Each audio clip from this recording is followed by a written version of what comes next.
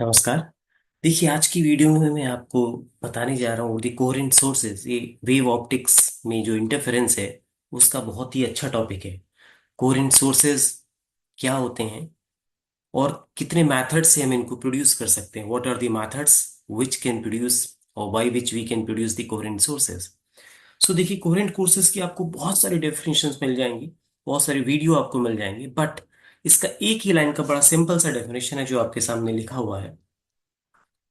two sources two sources of exactly same frequency and having constant phase difference called coherent sources, right? Two sources of exactly same frequency and having a constant phase difference। Same frequency होना चाहिए, ये must condition है अगर आप बहुत अच्छा interference pattern देखना चाहते हैं। और फेज डिफरेंस कांस्टेंट होना चाहिए। कांस्टेंट फेज डिफरेंस का मतलब है तो phase difference should not very with the time. Okay, तो कांस्टेंट फेज डिफरेंस का मतलब है तो phase difference should not very with the time. अगर इस तरह का फेज डिफरेंस होगा तो बहुत ही अच्छा इंटरफेरेंस पैटर्न डार्क ब्राइट हमें देखने को मिलेगा। कौन कौन से मेथड्स हैं? यहाँ पे कुछ मेथड्स हैं जिनके बारे में हमने पहले, जैसे यंग्स डबल स्लिट एक्सपेरिमेंट है, फ्रेस्नेल बाइप्रिज्म एक्सपेरिमेंट्स है और लॉयड्स मिरर है। ये वो मेथड हैं जिनकी हेल्प से हम कोहेरेंट सोर्सेज को प्रोड्यूस कर सकते हैं। देखिए, और यंग्स डबल स्लिट एक्सपेरिमेंट में आपको याद होगा, एक सोर्स से हम दो वर्चुअल सोर्स क्रिएट करते हैं और उन दोनों सोर्स के बीच में कांस्टेंट फेज रिलेशनशिप होती है। हम उन दोनों सोर्सेज को कोहेरेंट सोर्सेज बोलते हैं, राइट? सेम फ्रेस्नेल बाइप्रिज्म और लॉयड्स मिरर के साथ होता है। जनरली ये कहा जाता है two independent source can not be coherent. ऐसा क्यों होता है? देखिए, टू इंडिपेंडेंट सोर्स कोहेरेंट इसलिए नहीं होते क्योंकि उनके बीच में कांस्टेंट फेज रिलेशनशिप बिल्डअप नहीं होती है। और देखिए, सेम कलर की लाइट अगर दो सोर्स एमिट कर रहे हैं, it doesn't mean that they can be coherent source. Coherent source का कंडीशन यही है, उनका सेम फ्रीक्वेंसी होना चाहिए, कांस्टेंट फेज डिफरेंस भी होना चाहिए। अब देखिए, ये फेज डिफरेंस कहाँ से आया, फेज डिफरेंस होता क्या है और फ्रीक्वेंसी कैसे रिलेटेड है, इसकी मैं थोड़ा सा आपको बता देता हूँ। देखिए, फॉर एग्जाम्पल एक वेव है, एक वेव ट्रेवल कर रही है कहीं पे, right? You are having a wave. एक एक ये सोर्स है आपके पास, एक ये सोर्स है। ओके, यहां से एक वेव ट्रेवल कर रही है इस तरीके से, यहां से भी एक वेव ट्रेवल कर रही है।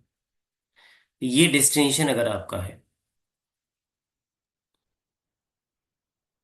ये डेस्टिनेशन अगर आपका है, ये इसको मैंने नाम दे दिया, ये कोई सोर्स है या कोई डेस्टिनेशन है आपका। यहाँ पे आप एम लिख सकते हैं, ये एम पॉइंट आपका डेस्टिनेशन है।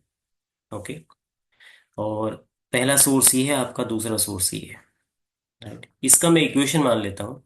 अगर मैं इसका इक्वेशन लिखूं, y equals to a cos k x plus omega t और माइनस ओमेगा टी, आप कुछ भी लिख सकते हैं। ओके, और इसका मैं लिख लेता हूँ y equals to a cos k x minus omega t. अगर हम ऐसा देख लें, देखिए ये डिस्टेंस, ये पाथ x1 है, ये पाथ x2 है, कहाँ तक? m तक पहुंचने के लिए। तो इसको हम लिख सकते हैं के x1 और इसको हम लिख सकते हैं के x2। ओके, फ्रीक्वेंसी अगर ये डिफरेंट फ्रीक्वेंसी है, तो यहाँ पे मैं इसको ओमेगा 1 कर सकता हूँ, यहाँ मैं इसको ओमेगा 2 कर सकता हूँ। देखिए, तो ये जो फैक्टर है आपको दिख रहा, के एक्स माइनस ओमेगा टी, के एक्स माइनस ओमेगा टी, इसको हम बोलते हैं phase, phase of any way. तो अगर मैं इन दोनों की बात करता हूं तो फेज डिफरेंस क्या होगा? देखिए, इन दोनों के बीच में, इसको मैं y1 मान लेता हूं, इसको मैं y2 मान लेता हूं। तो y1 और y2 के बीच में फेज डिफरेंस अगर आप कैलकुलेट करें तो फेज डिफरेंस देखिए इस तरह से आएगा कुछ। फेज डिफरेंस, उसको मैं डेल्टा लिखता हूं, इक्वल टू,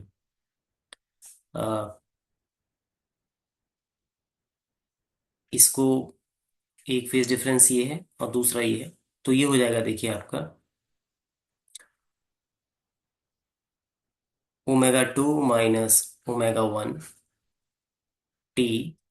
ओके, एंड के कॉमन आ जाएगा यहाँ से, x2 माइनस x1, और यहाँ से के कॉमन आ जाएगा।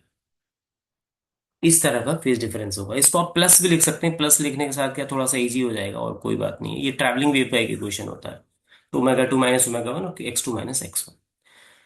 अगर फ्रीक्वेंसी सेम है, if omega one equals to omega two, अगर ये दोनों सेम है,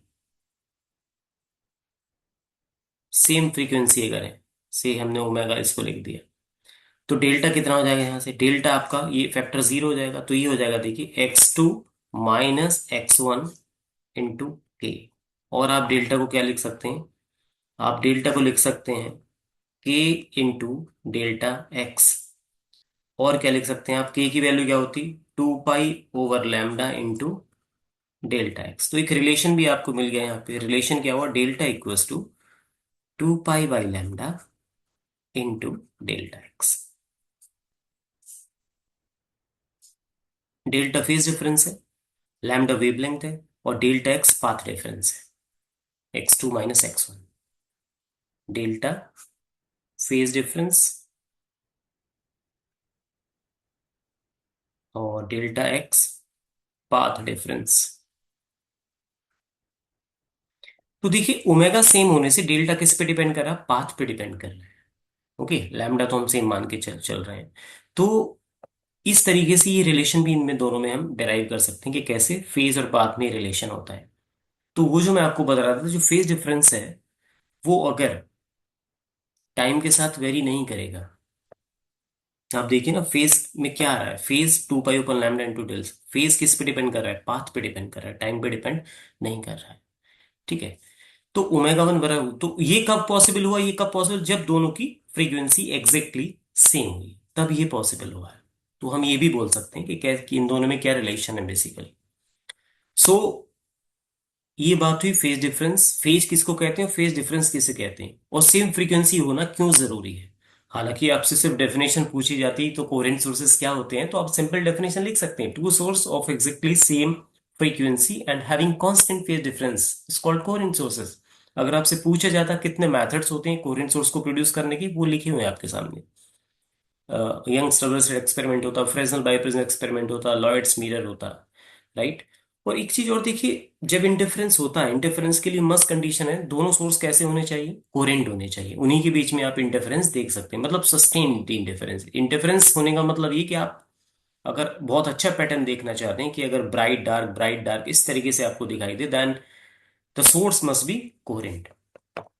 इस तरीके से हमें बताया गया था, ट्रफ से ट्रफ या क्रस्ट से क्रस्ट मिलता है तो सोर्स कोहेरेंट मतलब होते हैं, तो ऐसा ही होता है, और हमें इंटरफेरेंस पैटर्न मिलता है। जैसे फॉर एग्जांपल ये है एक वेव ये है,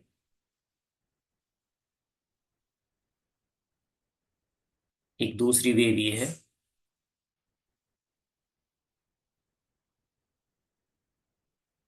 और अगर इनका सुपरपोजिशन करा देते हैं,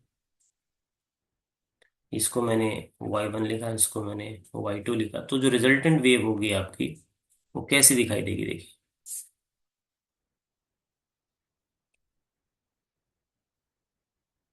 एक होगी, दूसरी भी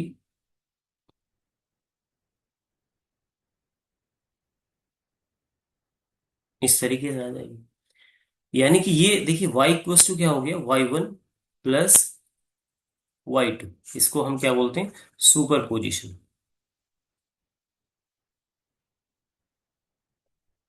और तो यहाँ पे क्या मिलेगा आपको, यहाँ पे मैक्सिमम मिलेगा, क्योंकि एम्पलीट्यूड यहाँ पे इंक्रीज हो जाएगा दोनों का।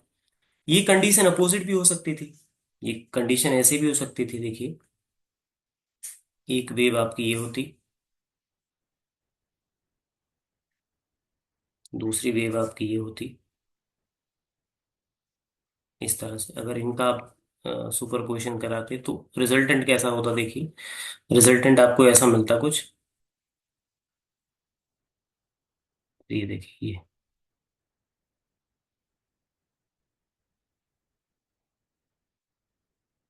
तो यहाँ पे y क्या होता, y1 माइनस y2। तो बेसिकली ये आपका कंस्ट्रक्टिव इंटरफेरेंस है, इस तरह कंस्ट्रक्टिव इंटरफेरेंस।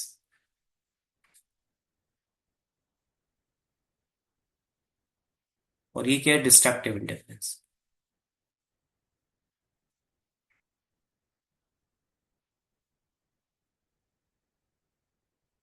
फॉर एग्जाम्पल यहाँ पे ये 10 है और ये भी 10 है, तो रिजल्टेंट कितना हो जाएगा, 20 हो जाएगा।